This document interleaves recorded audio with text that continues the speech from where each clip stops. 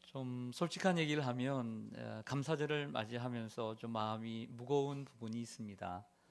그 이유 가운데 하나는 범사에 감사해야 하는데 늘 감사가 부족한 가운데 살다가 감사절이라고 좀 얼굴 두껍게 뻔뻔하게 감사드린다고 올라오는 것이 참 부끄럽고 때로는 마음이 무겁습니다.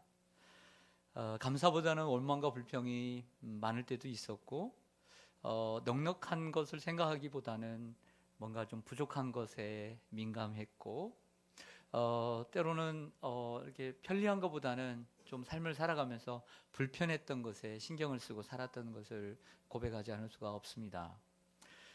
감사절에만 감사를 생각해서는 안 되지만 이러한 감사절을 통해서라도 다시 한번 감사를 배우고 하나님 옆에 감사하고 또 하나님이 보내주신 우리 귀한 사람들에게 감사하고 또 감사의 사람이 되기를 다시 한번 다짐하게 되어서 감사를 드립니다.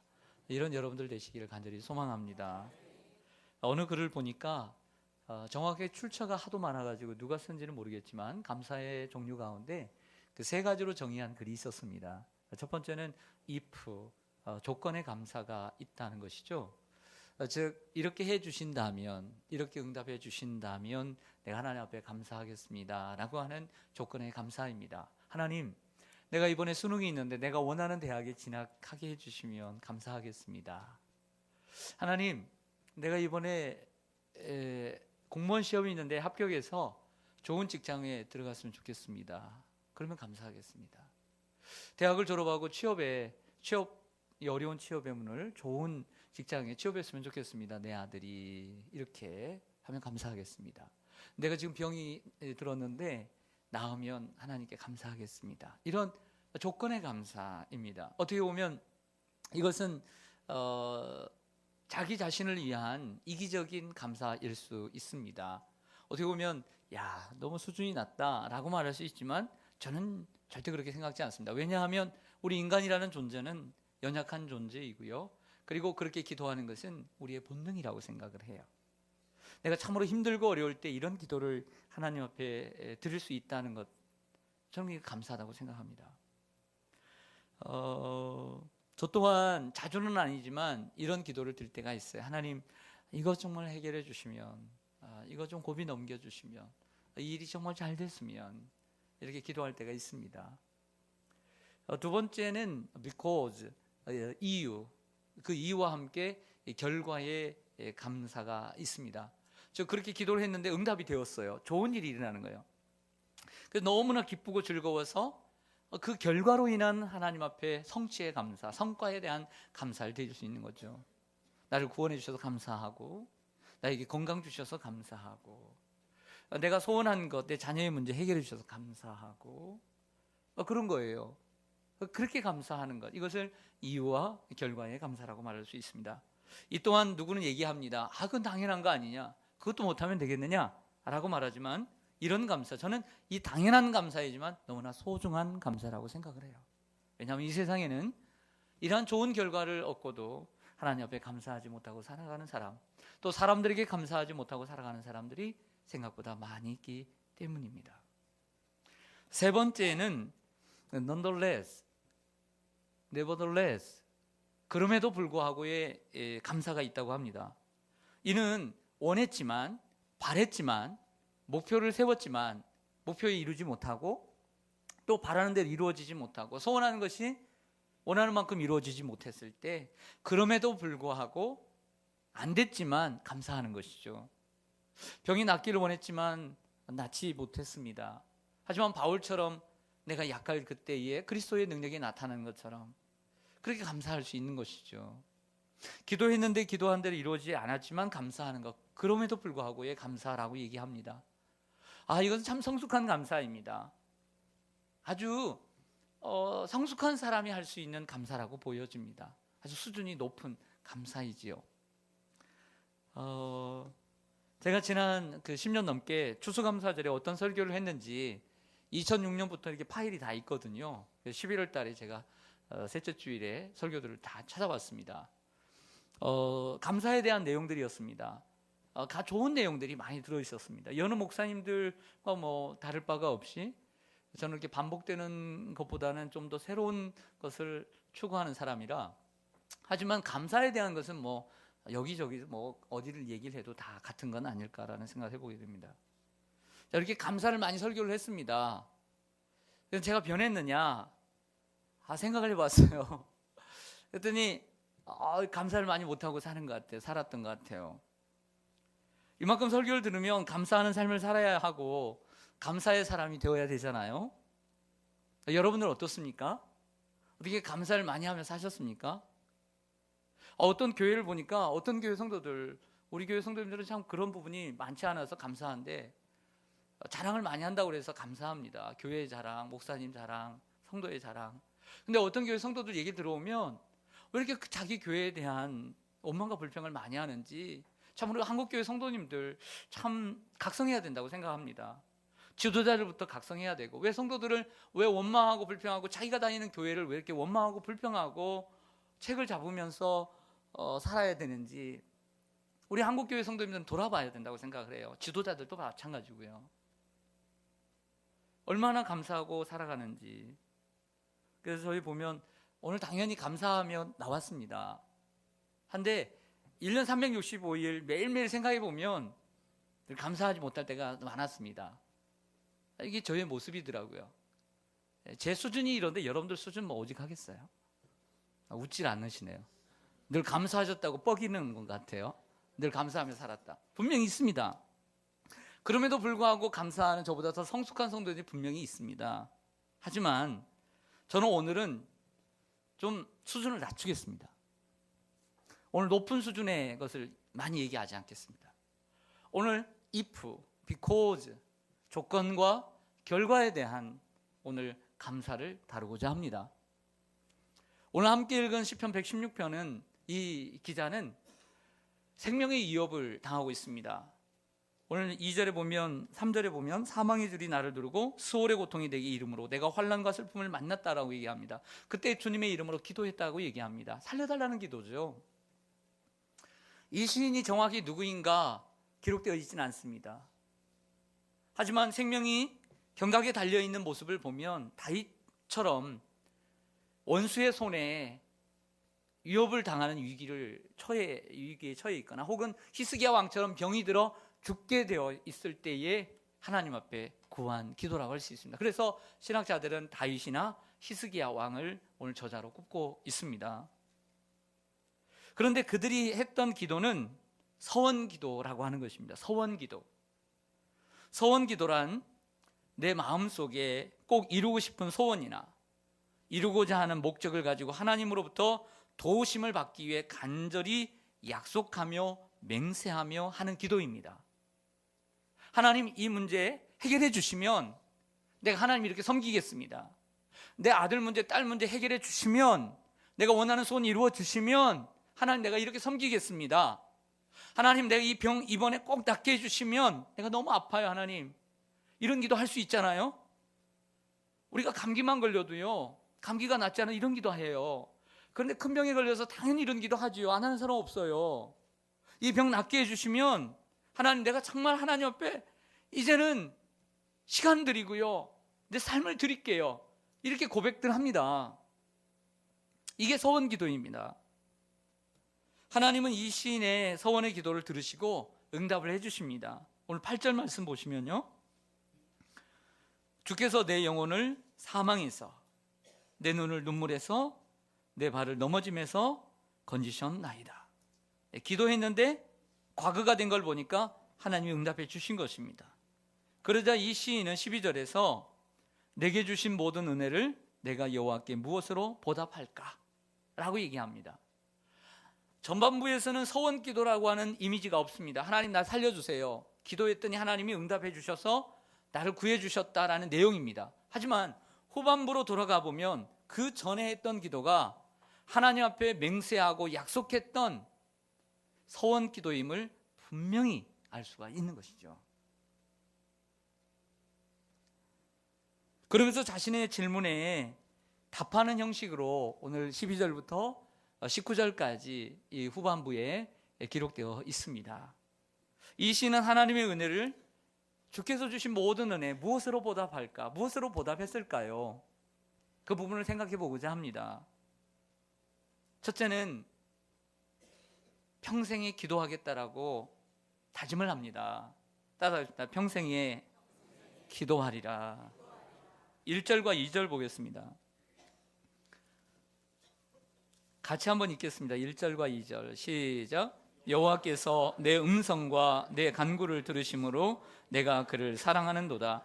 그의 귀를 내게 기울이셨으므로 내가 평생에 기도하리로다. 아멘. 여러분, 그 기도를 간절히 했어요. 원하는 소원 우리 성가대 여러분들 있어요, 없어요? 올 한 해 동안 그런 소원들 작년에 있었어요, 없었어요? 있었죠. 혹이라도 하나님 앞에 기도할 때 하나님 이거 들어주시면 내가 이렇게 하나님 잘 섬기겠습니다, 이런 기도 해본 적 있어요, 없어요? 생각이 안 나는 거죠. 없는 게 아니에요. 여러분들 잘 생각을 해야 돼요. 있어요. 있어요. 여러분, 그래서 그 어려운 기도를 하나님 앞에 드렸습니다. 그랬더니 하나님께서 응답을 해주셨어요. 그러면 가장 먼저 생각나는 게 뭘까요? 그것은 하나님의 사랑이에요. 하나님의 사랑. 그건 뭔 얘기냐면, 평소에도 하나님이 날 사랑하셨지만 내가 바라는 것, 내가 소원하는 것, 그처럼 노력하고 애쓴 것, 기도해서 하나님 앞에 응답을 받으면요, 하나님이 나를 사랑하신다고 느껴져요. 자, 이해가 가요? 자, 연약한 존재라 평소에도 하나님 우리를 사랑하시지만 내가 어려울 때 그 간절히 소원하는 것 하나님이 들어주시면 하나님은 나를 사랑하시는구나 느껴진다니까요. 느껴지는 거예요, 그게. 그러니까 하나님의 사랑을 가장 먼저 깨닫는 거예요. 그래서 여호와께서 내 음성과 내 간구를 들으심으로 내가 그를 사랑하는도다, 이렇게 시작하는 거예요. 주님이 나를 사랑하니까 나도 주님을 사랑하겠습니다 라고 고백되어지는 것이죠. 그리고 그 귀를 내게 기울이셨으므로 내가 평생에 기도하리로다. 두 번째로 깨닫는 것은 기도의 삶을 작정하는 것입니다. 왜냐하면 기도의 맛을 봤어요. 기도의 맛을 봤어요. 여러분 뭐 좋아하세요?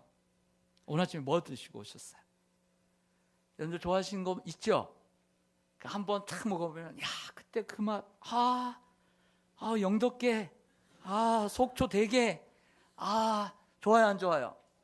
저는 어제 신방 가서 맛있는 거 먹었어요. 그거, 그거 그렇게 맛있는 게 있구나. 예. 사람들이 울진게가 맛있다고 하니까 영덕게가, 야, 니들이 영덕게를 먹어보지 않고 니들이 게 맛을 알아? 그랬다고 하잖아요.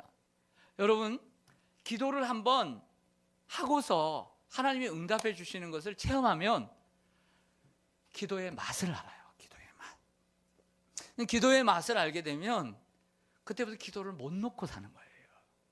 여러분들 하나님의 은혜를 받은 사람이라고 한다면, 그리고 여러분들 하나님을 사랑하는 사람이라고 하면 기도를 놓아서는 안 돼요. 기도를 놓은 사람은 하나님의 사랑을 잊어버렸거나 하나님의 사랑을 체험을 못했거나 하나님의 사랑을 모르는 거예요. 하나님의 사랑을 체험한 사람들은 기도의 맛을 알기 때문에 평생의 기도를 결단하는 거예요. 기도를 쉬고 있는 분들, 기도를 안 하는 분들, 하나님의 사랑을 경험하지 못했거나 하나님의 사랑을 경험했지만 그것을 잊어버리고 살아가는 사람들일 수 있는 것입니다. 여러분, 하나님의 사랑을 입었습니까? 하나님의 정말 그 사랑을 입고 기도의 응답을 받으셨습니까? 어떻게 감사할 수 있습니까? 하나님을 사랑함으로, 그리고 평생에 기도함으로, 매일 하나님을 더 사랑하기 때문에 하나님과 대화할 수밖에 없는 것이죠. 오늘 하루도 주님 앞에 무릎 꿇지 않고 기도하지 않으면 하루가 허전한 거예요. 그래서 하나님 앞에 기도할 수밖에 없는 것이죠. 이런 기도의 사람들이 되시길 바랍니다. 두 번째로, 이 시인은 하나님의 은혜를 어떻게 보답하냐면 여호와 이름을 부르면서 보답하겠다라고 대답합니다. 13절을 보겠습니다. 13절 말씀 시작. 내가 구원의 잔을 들고 여호와 이름을 부르며, 여호와 이름을 부른다고 했습니다. 17절로 가보겠습니다. 시작. 아멘. 여호와의 이름을 부른다는 단어가 부분이 단락이 2번이나 나와 있습니다. 하나님 나를 구원해 주셨으니까 이 구원의 잔을 들고 여호와의 이름을 부르겠다. 여호와의 이름을 부른다는 것이 이 시인이 어떤 마음을 내포하고 어떤 생각을 내포하고 하는지는 정확하게 기록되어 있지 않지만 추론할 수 있는 것은 4가지로 추론을 해보았습니다. 첫째는 여호와의 이름을 선포하는 것입니다. 하나님께서 내 음성과 내 간구를 들으시고 내 기도에 응답을 해주셨어요. 하나님 이거 꼭 좀 해주세요. 그러면 하나님 내가 주님 더 사랑하고 헌신할게요. 기도했더니 하나님 응답해 주셨어요. 응답해 주신 하나님이 너무 좋으신 분인 거예요. 하나님을 자랑하지 않을 수가 없는 거예요. 하나님을 선포하지 않을 수가 없는 거예요.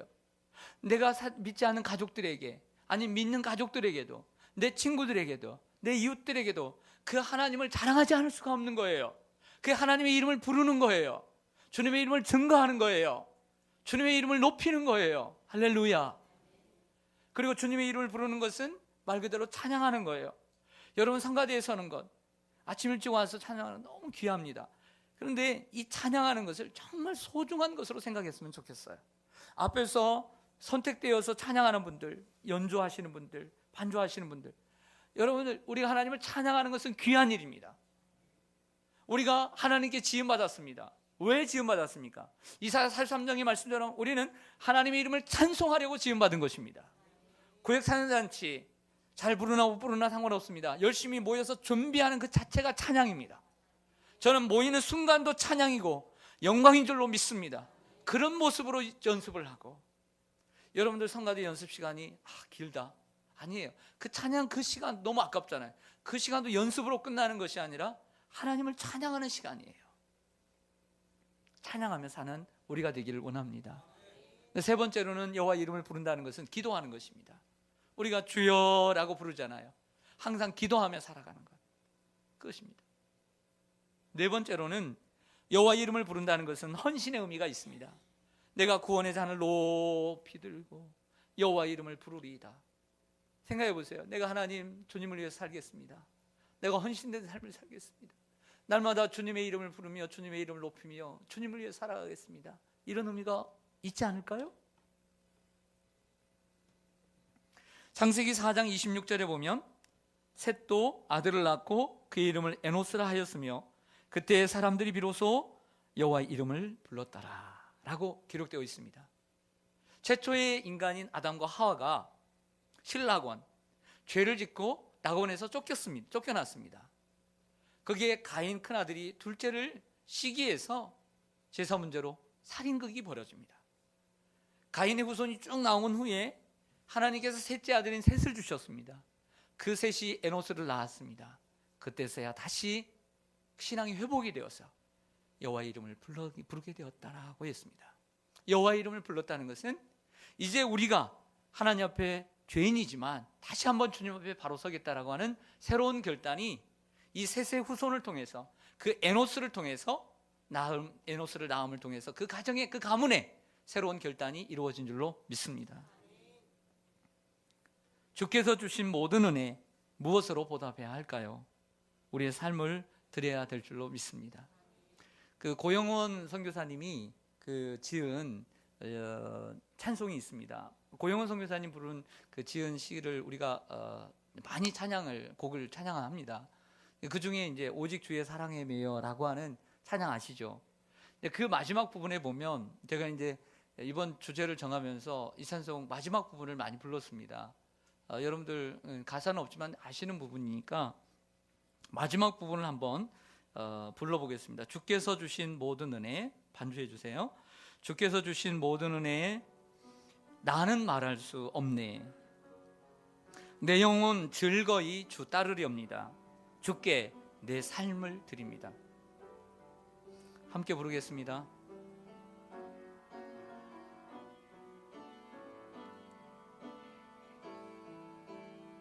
주께서 주신 모든 은혜 나는 말할 수 없네. 나는 말할 수 없네. 내 영혼 즐거이 주 따르렵니다. 내 영혼 즐거이 따르렵니. 주께 내 삶 드립니다. 내 삶들 우리의 고백으로 드립니다. 주께서 주신 모든 은혜 나는 말할 수 없네. 내 영혼 즐거이 주 따르렵니다. 주께 내 삶들. 다시 한번요. 주께서 주신 모든 은혜, 주께서 주신 모든 은혜 나는 말할 수 없네. 나는 말할 수 없네. 내 영혼 즐거이 주 따르렵니다. 주께 내 삶 드립니다. 할렐루야. 이 시인은 하나님의 은혜를 무엇으로 보답하겠냐고 고백하냐면 감사제를 드리겠다라고 얘기합니다. 본문 17절에 오면 내가 주께 감사제를 드리고 주의 이름을 부르리이다 라고 얘기합니다. 이건 간단합니다. 주님께 감사의 제사를 드리겠다는 것이죠. 여러분, 하나님께서 우리의 어떤 기도에, 간절한 기도에 응답해 주신 좋은 소식이 있는 날, 우리는 뭐 해야 할까요? 좋은 소식이 들려온 때가 있었어요, 없었어요? 있었죠. 이번 주에도 아이가 태어난 것처럼 아이가 태어났다는 소식, 아이가 대학에 합격했다는 그런 소식, 취업했다는 소식, 그 기쁜 소식이 들려올 때 우리는 그날 뭐 해야 되냐면 하나님 앞에 감사 예배를 드려야 되는 거예요. 하나님이 가장 기뻐하시는 예배에 단을 쌓아야 되는 거예요. 하나님이 나를 이사하게 하시고, 아브라함이 이사할 때마다 비록 천막을 치면서 이사를 했지만 가는 곳마다 제단을 쌓아서 하나님 앞에 예배를 드렸습니다. 우리가 조그마한 것에 항상 무슨 일이든 좋은 일은 하나님 앞에 감사를 드려야 되는 거예요. 어려울 때도 당연히 감사의 예배를 드려야 되죠. 하나님께 예배의 우선을 두는 여러분 되시기를 간절히 소망합니다. 네 번째는 오늘 중요한 부분입니다. 저는 여기에 많은 초점을 두고자 합니다. 그것은 서원을 주께 갚겠다라고 얘기합니다. 오늘 14절 말씀 보겠습니다. 14절 말씀, 18절 말씀을 보면 이 시인의 기도가 서원의 기도였음을 분명히 드러내주고 있습니다. 14절 보면 여호와의 모든 백성 앞에서 나는 나의 서원을 여호와께 뭐하리로다. 18절 말씀 보시면 내가 여호와께 서원한 것을 서원했다는 거예요. 뭔가를. 그게 뭔지 모르지만 그의 모든 백성이 보는 앞에서, 이 두 구절의 공통점은 하나님께 드리는 서원임에도 불구하고 모든 백성이 보는 앞에서, 백성 앞에서 내가 지키리로다, 갚으리로다 고백하고 있는 것이죠. 저를 보겠습니다. 그래서 이 시인은 왕일 것이다 라고 신학자들은 추측을 하는 것이죠. 나는 이 모든 백성들 앞에서 하나님 앞에 서원한 것 갚겠다라고 얘기하는 거죠. 그런 가능성이 크지 않습니까? 그래서 첫째로는 다윗, 두 번째로는 히스기야 왕일 것이다 라고 얘기를 합니다. 제3자일 수도 있고요. 마찬가지로 우리도 하나님께서 주신 은혜를 하나님 앞에 드리지만 교회 앞에서, 성도 앞에서, 모든 하나님 백성들 앞에서 하나님의 은혜를 갚는 생활을 해야 하는 것입니다. 할렐루야. 그리고 마지막 19절에 보면 예루살렘아 내 한가운데에서 곧 여호와의 성전 뜰에서 지키리로다. 이 성전 안에서 그 서운한 것을 지키겠다라고 마지막으로 고백하고 있는 것을 보게 되죠. 하지만 서원이란 성경의 잠언이나 시편 15편이나 말씀을 보면 서원은 함부로 할 것이 아닙니다. 왜냐하면 서원은 자기에게 해가 올지라도 불이익이 올지라도 지켜야 하는 것이기 때문이죠. 그러나 저는 아예 나쁘다라고 생각지는 않습니다. 왜? 성경에 자기들도 서원해놓고 왜 못하게 하지? 그래서 우리도 아쉬우면 서원할 때가 있지 않겠어요? 서원에도 해로울지라도 갚은 사람이 있어요. 입다라고 하는 사람이에요. 이 사람은 사사 중에 한 사람인데 사사기 11장부터 나오는 이 입다는 길르앗의 아들인데 기생을 사랑하게 되었어요. 기생에게서 낳은 그런 출신이 좋지 않은 아들이었어요. 그러니까 다른 엄마의 아이들이 싫어했어요. 동네 사람들도 싫어했어요. 그래서 이가 자라니까 입다를 쫓아내버렸어요. 동네에서. 그 노비라고 하는 땅에 가서 불량배들과 함께 살았다라고 성경은 얘기합니다. 제가 생각하기로는 요즘처럼 조직폭력배 두목 정도 되는 것 같아요. 그런데 이 이스라엘에 전쟁이 일어났습니다. 남쪽에 있는 암몬이라는 족속이 전쟁을 준비하고 이스라엘을 치려고 올라온 거예요. 왜냐하면 이스라엘은 사사시대는 복잡한 시대니까. 그런데 이스라엘 사람들 중에는 그 암몬 사람들을 감당할 사람이 없는 거예요. 어떻게 아쉬워도 힘이 있고 싸움 잘하는 입다를 장로들이 찾아간 거예요. 이스라엘 장로들이 찾아가서는 요청을 합니다. 그랬더니 입다가 딱 그러죠. 나를 쫓아낼 때는 언제고 그러냐고 한마디 딱 합니다. 성경을 보면. 그러니까 막 달랩니다. 우리가 지금 상황이 이러니까 이번에 승리를 하게 되면 당신을 우리의 지도자로 세워주겠다. 약속을 받고 오게 되죠. 이제 전쟁에 나가면서 하나님 앞에 기도를 합니다. 하나님, 만약에 저 암몬 사람들을 내 손에, 우리의 손에 붙여주신다면 내가 승리하고 돌아오는 날에 내 집안에서, 내 집문에서 가장 먼저 나를 즐거이 반기는, 영접하는 사람을 하나님께 번제로 바치겠습니다. 이런 서원하면 안 돼요. 안 돼요. 이거 아주 불량한 서원이에요. 이거 네. 황당한 서원이에요. 근데 승리하고 돌아오는데 이 소식이 들리자 그 집안에서 누가 먼저 나오냐면 무남동녀 외딸이 나와요. 아들도 없어요. 오직 딸 하나. 그것도 소고를 들고 춤을 추며 나오더라. 성경은 정확하게 기록하고 있어요. 어떻게 해요? 서운한 거 지켜야죠. 지켰어요. 그 뒤에 친구들과 함께 산에 올라가서 2달인가 3달 있다가 죽었는지 안 죽었는지 정확하게는 나와 있지 않지만 서원은 지켜요. 하나님 앞에 드리죠. 평생을 혼자 살았던지 아니면 하나님 앞에 정말 번제로 드렸던지는 둘 중에 하나겠지만 서원은 이처럼 해가 될지라도 지키는 것입니다. 한나를 보십시오. 한나는 엘가나의 아내입니다. 첫째 부인 같은데 아들이 없습니다. 남편의 사랑을 그토록 받지만 아들이 없는 거예요. 그래서 둘째 부인을 얻습니다. 요즘 같으면 결혼해도 아이를 낳지 않고 사는 부부가 간간히 있습니다. 그렇게 사는 좀 트렌드가 또 있어요. 그런데 그 당시에는 아기를 못 낳으면 이건 큰 수치예요. 그 성전에 올라갈 때마다 하나님 앞에 기도를 합니다. 하나님, 나에게, 하나님, 내 소원이 있어요. 나에게 아들을 주세요. 저 아이를 갖고 싶어요. 저도 보란듯이 아이를 갖고 싶어요. 하나님, 내 소원 들어주세요. 그리고 그 아이를 주시면 하나님 앞에, 하나님의 성전에 드릴게요. 하나님의 사람으로 드릴게요. 이렇게 간절히 기도를 합니다. 근데 하나님이 그 기도를 들어주시고 그 다음에 아들을 주셔요. 누구죠? 사무엘이에요. 그래서 그 어린애가 젖을 떼고 약속한 거 어떻게 해요? 아쉽지만 그래도 기쁘게 젖을 떼고 서너 살, 4-5살 됐을 때 엘리 제사장에게 성소로 보내서 이제 심부름꾼으로 종으로 보냅니다. 그렇게 자라서 그가 제사장이 되고 그 민족의 큰 지도자가 된 줄로 믿습니다. 그뿐만 아니라 이 서원을 지킨 한나에게 하나님은 은혜를 주시고 그를 돌아보시사 다시 임신케 해주시고요, 아들 3세, 딸 2을 더해 주신 줄로 믿습니다. 야곱을 생각해 봅니다. 쌍둥이로 태어난 야곱은 욕심이 많았습니다. 날 때부터 얼마나 욕심인지 형 뒤꿈치를 잡고 먼저 나오려고 길을 썼죠. 야곱은 아버지 이삭과 형 에서를 속이고 장자권을 빼앗아 달아납니다. 형이 털이 많고 북실북실하고 목이 거 아버지가 나이가 많아서 앞을 잘 못 보니까 염소털을 갖다가 뒤집어 씌우고 형인 채 하고 몰래 축복을 받았습니다. 도둑 축복을 받았어요. 그래도 그게 하나님 축복입니다. 그래서 도망을 갑니다.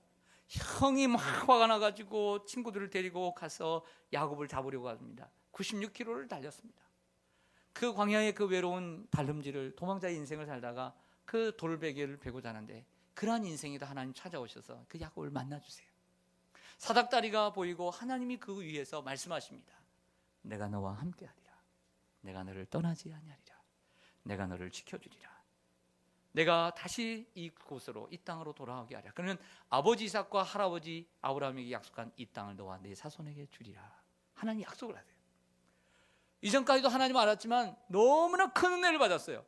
뭐라고 하냐면 이곳이 과연 하나님이 여기 계시구나, 하나님을 만난 거예요. 너무 기뻐가지고 이것이 하늘의 문이요, 이것이 하늘의 집이다 라고 해서 베델이라고 합니다. 그곳에서 하나님의 약속에 감사해서 서원을 해요, 야곱이. 창세기 28장 20절부터 이하를 보면 야곱이 서원하여 이르되 하나님이 나와 함께 계셔서 내가 가는 이 길에서 나를 지키시고 먹을 떡과 입을 옷을 주시어 내가 평안히 아버지 집으로 돌아가게 하시오면 여호와께서 나의 하나님이 되실 것이요 내가 기둥으로 세운 이 돌이 하나님의 집이 될 것이요 하나님께서 내게 주신 모든 것에서 10분의 1을 내가 반드시 하나님께 드리겠나이다. 이처럼 하나님과 야곱의 약속이 이루어지게 됩니다. 먼저 약속을 지키신 분은 누굴까요? 딴 생각을 하고 계시군요. 먼저 약속을 지킨 분은 누굴까요? 하나님이시죠. 하나님은 20년 동안 그 하란 땅 외갓집에 가 있는 그 야곱을 사랑하셔서 사랑하는 아내 4명을 다 주셨어요. 여러 명의 아이들을 다 주셨어요. 자손들 주셨어요. 자손들 주고 그리고 거부가 되게 하셨습니다. 하지만 모든 것이 갖추어져도 행복은 찾아오는 것은 아닌 것 같아요. 행복에 걸림돌이 있었습니다. 누구죠? 에서입니다. 형 에서를 만나야 되는 가운데 형 에서가 400명의 군대를 이끌고 온다는 거예요. 얼마나 겁이 나요. 다시 한번 하나님 앞에 매달립니다. 이것이 인생입니다. 그 강가에서 하나님 앞에 철야기도하며 하나님 복을 주시지 않으면 내가 가지 않겠다 라고 해서 하나님을 만나게 됩니다. 그 다음날 에서를 만날 때 하나님께서 에서의 마음을 움직여 주세요. 천사같이 마음을 부드럽게 해주셔요. 화해가 된 줄로 믿습니다. 그리고 그 다음에 문제입니다. 이제 하나님이 주신 그 많이 모은 그 부를 가지고 자녀들과 아내들을 데리고 베델로 갔어야 되는데 세겜에 남아있어요. 세겜이라고 하는 땅에.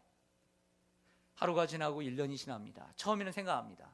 내가 여기 있어야 될 사람이 아닌데, 내가 하나님과 약속한 게 있는데 그렇게 올라가야지 하는데 1년이 가고 2년이 지나니까 더 안 좋아하게 되는 거예요.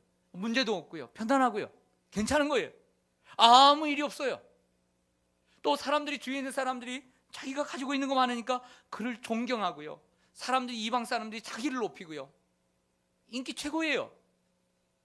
살만해요. 그렇게 10년을 살아요. 10년을. 그러다가 터져야 될 일이 터지죠. 디나의 사건입니다. 결국 디나의 사건으로 그는 다시 한번 자신을 돌아보고 하나님 앞에 약속한 것을 기억해내죠. 그가 세겜 땅에 10년 동안 살 동안 하나님을 잊어버린 건 아닙니다. 성경을 제가 찾아보았습니다. 세겜 땅에 사는 동안 그도 이사를 할 때마다 하나님 앞에 제단을 쌓고 여호와의 이름을 엘렐로이 이렇게 불렀어요. 이게 기록되어 있어요. 여러분, 우리도 하나님을 떠난 것이 아닙니다. 교회에 나와서 예배를 드립니다. 주님의 이름도 부릅니다. 하지만 여전히 세겜에 살 수 있다는 것입니다. 하나님이 부르시는 자리, 하나님 기뻐하시는 삶, 그 자리에 올라가지 않을 수 있는 것입니다. 그래서 그들은 우상을 버리고 옷을 정제하고 온 가족이 창세기 35장에 보면 그때서야 베델로 올라가게 되는 거죠. 이런 야곱의 모습을 보신 하나님의 마음이 편하지 않았습니다. 세겜에 사는 믿음의 조상이 저렇게 살다가 인생을 마쳐서는 안 되는데, 하나님 백성이 사명을 향해 살아야 하는데, 나와 함께 나에게 한 약속을 지켜야 할 텐데, 야곱이 있어야 할 곳은 세겜이 아니라 베델인데 하나님 염려하시죠. 하지만 세겜은 하나님이 원하시는 땅이 아니었습니다. 세겜에서 야곱의 삶은 하나님 기뻐하시는 삶이 아니었습니다.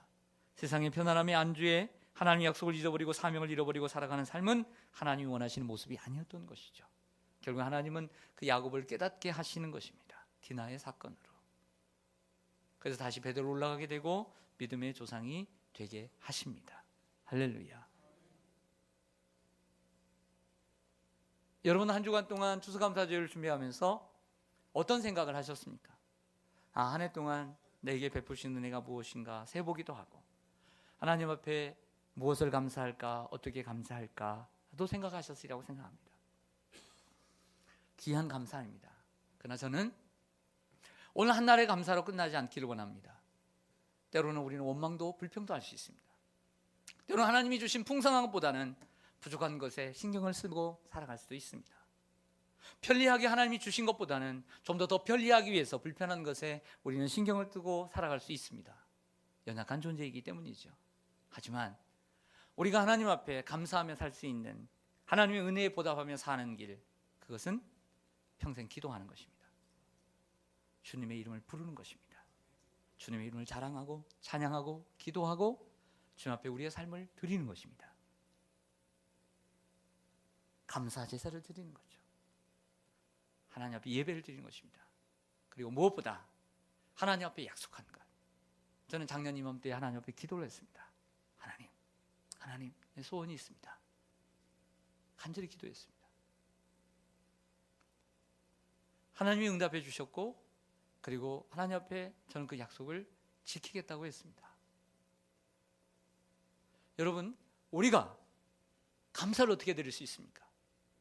우리가 하나님 앞에 기도했을 때, 서운하며 힘들고 어려울 때 하나님께 기도했을 때 하나님이 거기에 응답해 주신 것, 그것을 잊지 않고 서원을 갚으며 그 약속한 대로 하나님 앞에 충성하고 봉사하며 예배하고 주님의 이름을 높이며 살아가는 삶이 감사가 아닐까요?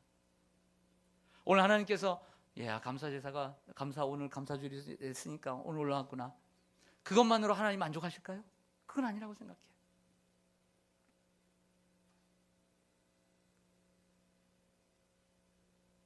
여러분, 잊어버렸던 그 서원 기도를 한번 생각해 보십시오. 네? 우리는 얼마나 많이 잊어버린지 몰라요. 하나님이 서운해 하세요. 아쉬워하시고요. 하나님 앞에 약속한 것 지키세요. 그것이 감사의 삶이에요. 하나님 앞에 우리가 약속하고 하나님 앞에 서운했던 것, 그거 지키며 사는 것 감사 아닐까요? 그러면 하나님이 기뻐하실 거예요. 이러한 감사의 삶을 사시기를 주님의 이름으로 간절히 축원합니다. 우리 함께 기도하겠습니다.